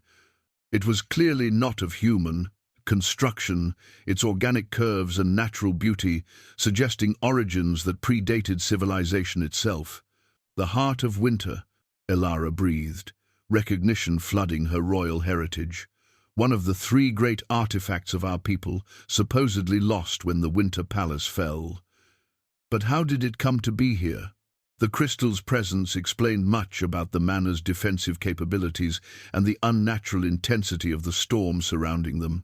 The previous owner hadn't just been a scholar of supernatural lore, he had been a guardian of vampire artifacts, protecting treasures that would otherwise have fallen into Covenant hands. He was working for us all along, Vireon realized. Not the Covenant, not the Shadow Hunters, but for the restoration of legitimate vampire authority. This entire location was prepared as a stronghold for royal bloodlines who might someday need to make a stand. The heart of winter responded to their presence by intensifying its glow, ancient magic, recognizing the approach of those who had the right to wield its power. But the artifact's activation also sent a pulse of energy through the manor that alerted their enemies to what was happening in the tower above. From the chamber below came the sound of rapid movement and shouted orders. Hutchins and his operatives had felt the crystal's awakening, and they understood its implications as clearly as the vampires themselves. The race for control of the manor's supernatural arsenal had begun in earnest. "They're coming," Dr. Webb warned from her position at the tower's window. "And they're bringing reinforcements from outside. I count at least a dozen more agents moving through the storm." But Ilara was already reaching toward the heart of winter, her royal markings blazing with light that rivaled the crystal's own radiance. As her fingers made contact with its surface, power flooded through her with an intensity that would have destroyed anyone of lesser heritage. "Vireon," she called, her voice carrying harmonics that resonated through both supernatural and mundane realms. "The synthesis has to be willing, complete, and absolute. Are you prepared for what that means?" He understood immediately. The restoration ritual didn't require one bloodline to sacrifice itself for another. It required both to merge completely, creating something new that transcended the limitations of individual heritage. They wouldn't just be restoring vampire nobility, they would be evolving it into something capable of surviving in a world where their enemies had spent centuries learning to exploit their traditional weaknesses. "I've been preparing for 3 centuries, he replied, moving to join her at the crystal's base. "Ever since I chose conscience over obedience in that burning village." As their hands touched on the heart of winter's surface, the manor itself seemed to awaken around them. Ancient protective wards that had been dormant for decades flared to life, supernatural defenses that would have impressed even the vampire high court's most skilled architects. But more importantly, the magical resonance between their bloodlines began to build towards something that neither covenant manipulation nor shadowhunter weapons could hope to contain. From the lower levels came the sound of running feet and shouted warnings. Their enemies had felt the power building in the tower above, and they were racing to interrupt the ritual before it could reach completion. But they were also walking into a trap that had been decades in the making, approaching 2 of the last vampire nobles in existence who had finally understood not just their own power, but the true scope of what they were capable of achieving together. The final battle for the future of vampire civilization was about to begin, and this time the last royals would not be fighting as refugees or exiles, but as what they had always been meant to be, the rightful inheritors of a legacy that their enemies had spent centuries trying to destroy. The tower door exploded inward as Hutchins and his Covenant operatives breached the final barrier between them and their quarry. But instead of finding desperate vampires cowering before superior forces, they encountered something that made even their enhanced courage falter. 2 figures of royal bearing standing beside a crystal that blazed with the accumulated power of centuries. Vireon turned from the heart of winter with fluid grace, his movements carrying the deadly precision of someone who had trained in combat before most nations existed. In his hands, retrieved during their ascent to the tower, gleamed the Moonfire Blade, an ancestral weapon that had been sleeping in the manor's hidden armory, waiting for royal blood to awaken its true potential. The sword burst into silver flame as his fingers closed around its hilt, supernatural fire that cast dancing shadows across the tower's crystalline walls. The blade's awakening sent a pulse of recognition through Vireon's vampire heritage, revealing bloodline memories that had been locked away since his exile from the High Court. "Impossible," Hutchins breathed, his carefully maintained human disguise finally slipping to reveal the aristocratic features of corrupted nobility. The Moonfire weapons were destroyed during the Purification Wars. "I saw the forges burn myself." "You saw what the High Court wanted you to see," Vireon replied, the blade's fire reflecting in his pale eyes. "While traitors like your Covenant masters believed they were witnessing the destruction of our greatest weapons, the real artifacts were being hidden in sanctuaries like this one." The sword sang as he brought it to guard position, its supernatural flames responding to royal will and righteous purpose. Unlike the blessed silver weapons that the Covenant agents carried, Moonfire didn't just wound supernatural beings, it revealed their true nature and burned away any deception that concealed their real allegiances. Hutchins drew his own weapon, a blade forged from corrupted vampire steel and quenched in the blood of murdered royals. The metal carried an aura of wrongness that made the very air around it seem to writhe with phantom suffering.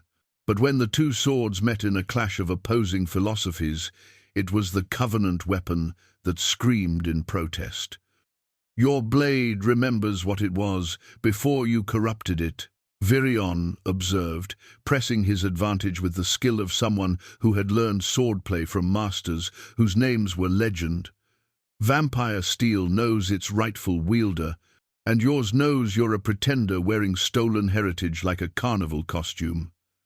Behind Hutchins, his operatives spread out in a practiced formation designed to overwhelm supernatural opponents through coordinated assault.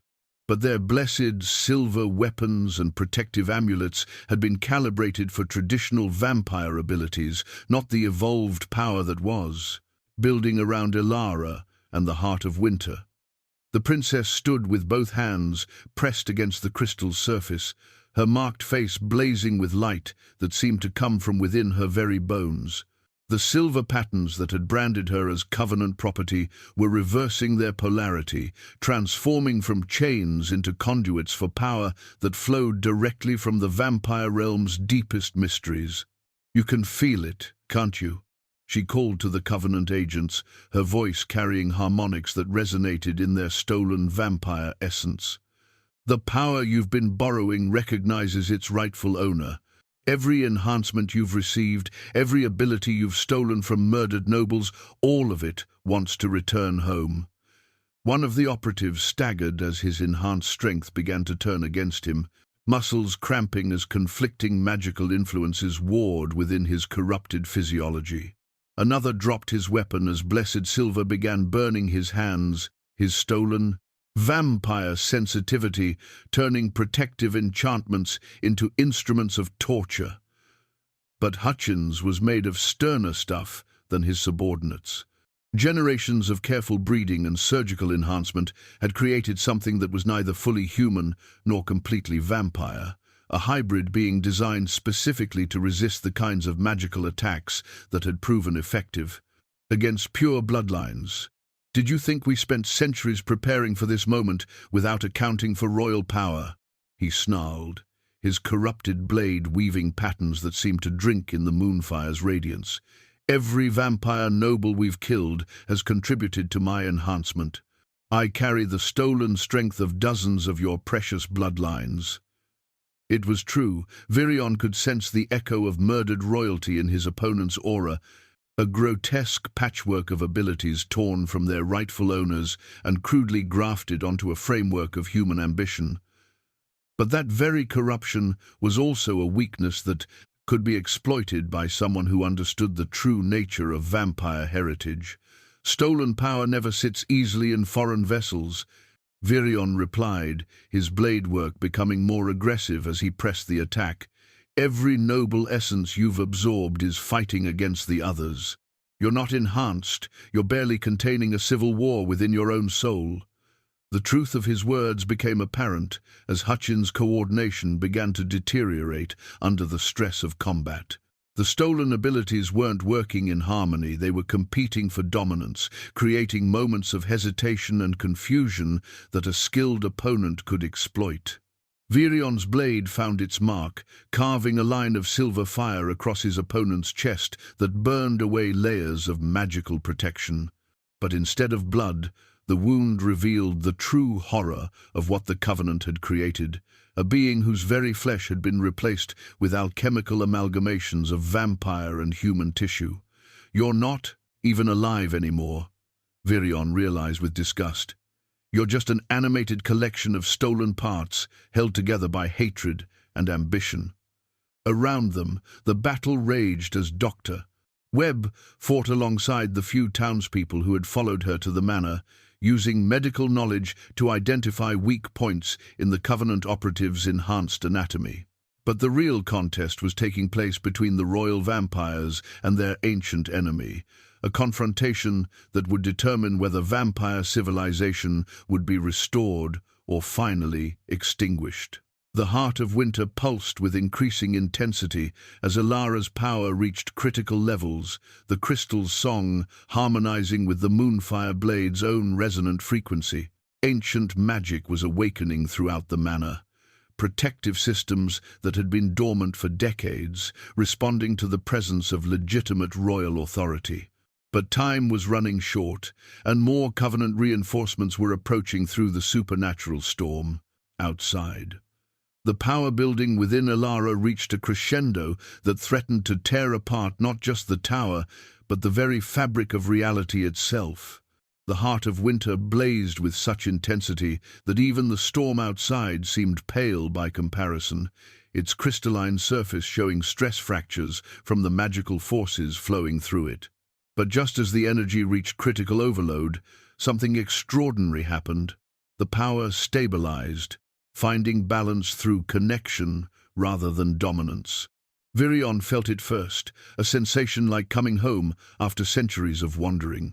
His royal heritage, long suppressed by exile and isolation, suddenly expanded to encompass not just his own bloodline, but Ilara's as well. Their vampire natures weren't merging or consuming each other, they were harmonizing, creating something new while preserving what made each of them unique. The true restoration, Ilara gasped, her voice carrying wonder despite the magical strain coursing through her frame. Not sacrifice, not theft, but willing synthesis between equals. Above them, materializing in the space between the tower's ceiling and the storm-lashed sky, appeared the crown of shadows, the lost regalia of vampire royalty that was supposed to exist only in legend. The artifact formed from pure magical energy given substance, its dark radiance casting everything in the chamber into stark relief. Hutchins recoiled from the crown's appearance with an expression of terror that went beyond mere surprise. "No," he whispered, his corrupted blade trembling in hands that had suddenly lost their supernatural steadiness. The crown was destroyed. The High Court confirmed its destruction when the last emperor fell. "The crown cannot be destroyed," Vireon explained, his own voice filled with awe at witnessing the artifact's manifestation. "It exists wherever legitimate vampire royalty stands united in common purpose. Our people never fell because we lost our power. We fell because we forgot how to stand together." The crown of shadows descended slowly, its weight settling upon both vampire nobles simultaneously in a sharing of authority that had never been attempted before. As the artifact touched their brows, power flowed between them with such intensity that the very air around them began to shimmer with visible energy. The effect on the Covenant operatives was immediate and devastating. Every enhancement they had received through stolen vampire essence turned against them as the Crown's authority reasserted legitimate claims over power that had never truly belonged to them. Screams echoed through the tower as corrupted abilities burned out of hybrid physiologies that couldn't contain them without the magical framework that had been severed by royal command. But Hutchins himself proved more resilient than his subordinates. The centuries of careful enhancement and surgical modification had created something that could survive even direct contact with legitimate royal authority. He staggered under the Crown's influence, but didn't collapse as his operatives had done. "Impressive," he admitted through gritted teeth, raising his corrupted blade in a final act of defiance. "But you're still just two individuals against an organization that spans continents. Kill me, and there are dozens more like me ready to continue our work. That's where you're wrong, Doctor." Webb called from the tower's entrance, where she stood surrounded by nearly a dozen figures that made even Hutchins pause in recognition. "Tell him what you told me, Mrs. Henderson." The elderly woman who stepped forward carried herself with a dignity that transformed her from a simple frontier widow into something far more impressive. "My name is Elena Vasquez, and I am the last surviving member of the Lunar Council, the werewolf governing body that your Covenant massacred 20 years ago." More figures emerged from the stairwell, each revealing their true nature as the Crown's influence made concealment unnecessary. Tommy Fletcher, the trapper, was actually a Thunderbird shapeshifter whose people had been hunted to near extinction by Covenant forces. Little Sarah Murphy's supernatural art was just the surface expression of prophetic abilities inherited from a line of seers that predated European settlement. Every supernatural refugee you've been hunting in this settlement, Dr. Webb explained with satisfaction, is actually a survivor of previous covenant purges. They came here not by accident, but because this manor has been broadcasting a sanctuary signal that only those with the right heritage could detect. The revelation struck Hutchins like a physical blow. His entire operation had been based on the assumption that they were facing isolated individuals with no support network or coordinated resistance. Instead, they had walked into a trap that had been decades in the preparation. The previous owner of this manor wasn't just a scholar, Ilara added, her voice now carrying the authority of restored royalty. He was a coordinator for supernatural resistance across the entire frontier region. Every settlement, every safe house, every hidden sanctuary, all of it connected through a network that you never even suspected existed. Around them, the manor itself began to change as ancient protections came fully online. Walls that had appeared to be simple stone revealed themselves as crystalline matrices capable of channeling and amplifying supernatural power. The building's Gothic architecture wasn't just aesthetic choice, it was a carefully designed focus for magical energies that could defend against armies if properly activated. "You want to know the real irony?" Vireon asked as he advanced on the increasingly desperate Covenant leader. "Your manipulation actually succeeded beyond your wildest dreams. You brought together the last vampire royals, the scattered supernatural resistance, and the perfect conditions for a restoration that will undo centuries of your organization's work." The Moonfire blade blazed with renewed intensity as legitimate royal authority flowed through it, the weapon responding to power that was no longer constrained by exile or isolation. When it struck Hutchins' corrupted steel, the enemy blade shattered like glass, unable to withstand contact with legitimate vampire regalia. "This ends here," Ilara declared, the crown of shadows amplifying her words until they echoed across both supernatural and mundane realms. "The age of hiding is over. The age of fear is over. The age of stolen power masquerading as authority is over."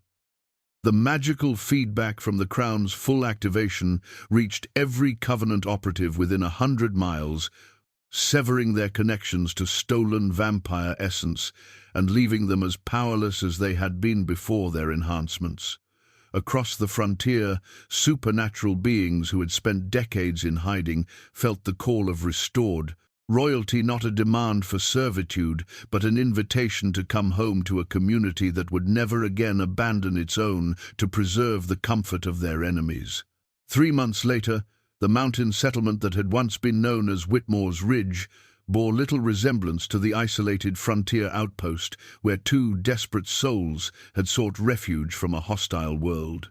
Spring had arrived with unusual warmth and vitality, as if the very earth itself was celebrating the restoration of natural balance between the supernatural and mundane realms. Where Mayor Hutchins' office had once stood, a new building housed the Covenant Council, a governing body that included both human and supernatural representatives, working together to address the needs of a community that had become something unprecedented in either world. Dr. Webb served as the council's first elected leader, her medical background and proven courage making her the natural choice to bridge the gap between different species and viewpoints. The transformation hadn't been without its challenges. Several families had initially fled when the truth about their neighbors was revealed, unable to accept a reality that challenged everything they thought they understood about the world. But for every person who left in fear, 2 more arrived seeking the sanctuary that Whitmore's Ridge, now renamed Haven's Rest, offered to those who had spent lifetimes hiding their true nature.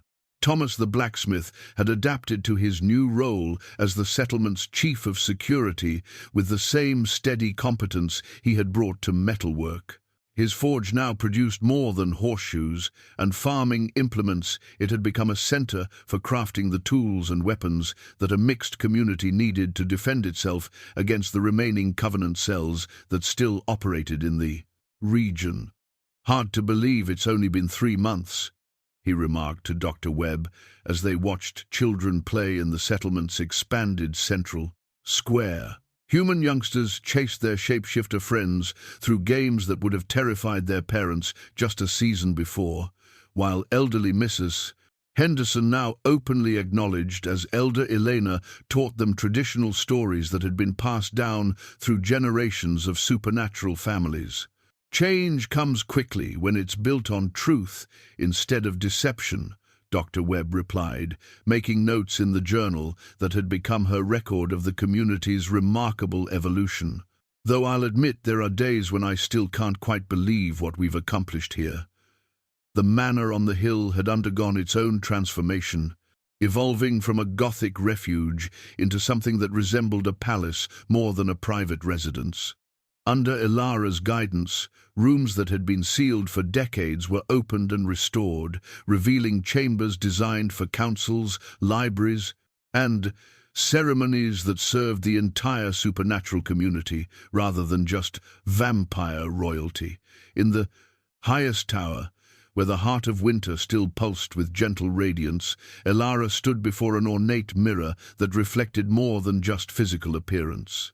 The silver patterns that marked her face had changed since the restoration, evolving from brands of ownership into symbols of freely chosen authority. She wore the crown with natural grace, but it was the simple gold band on her left hand that truly defined her happiness.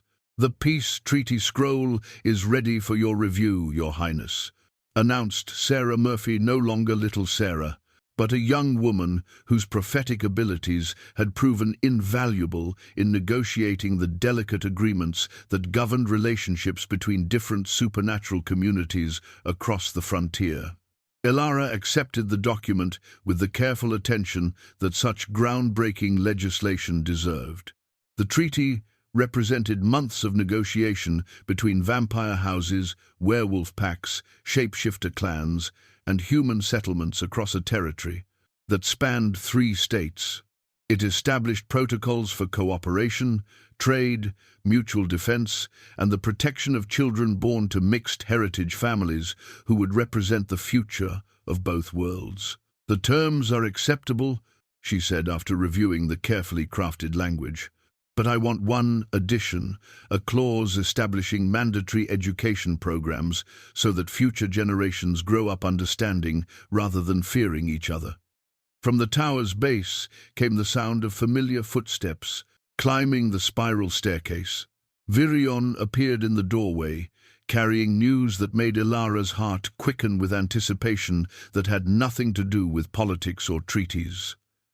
"The physician in Millfield has confirmed what we suspected," he said, his ancient eyes bright with wonder that made him appear far younger than his centuries of existence.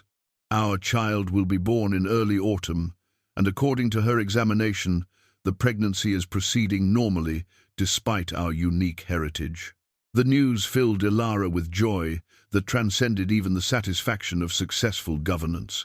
Their child would be the first vampire royal born into a world where supernatural beings could live openly, the first of a new generation that would never know the fear and isolation that had defined their parents' lives. "Have you thought about names?"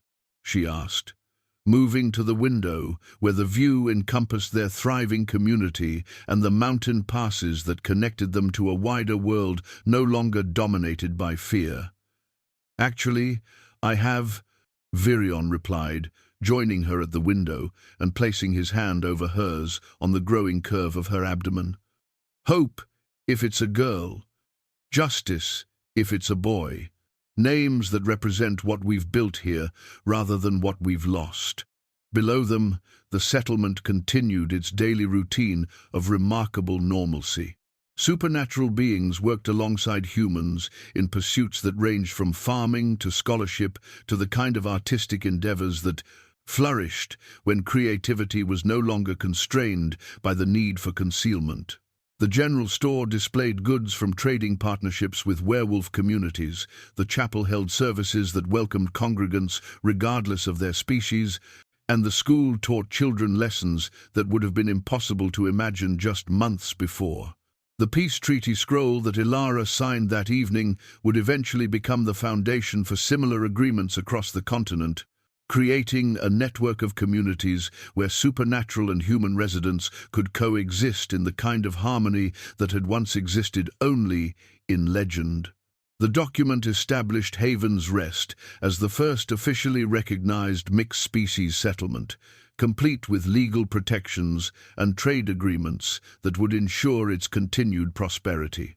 But for the two individuals who stood in the tower watching the sun set over their transformed world, the greatest achievement wasn't political or diplomatic. It was the simple fact that they had found each other, survived the forces that would have destroyed them, and built something beautiful from the ashes of everything they had lost.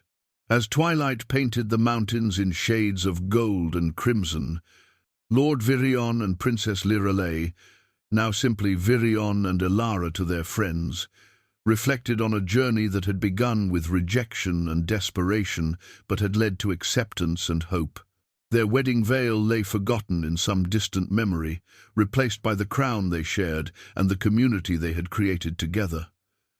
The age of hiding was indeed over, but the age of building had just begun. And in the growing darkness of evening, two hearts that had found each other across centuries of loneliness beat in harmony with the life they had created and the future they would shape together. Sometimes the greatest transformations begin with the simplest recognition that love, once found, has the power to change not just two souls, but the entire world around them.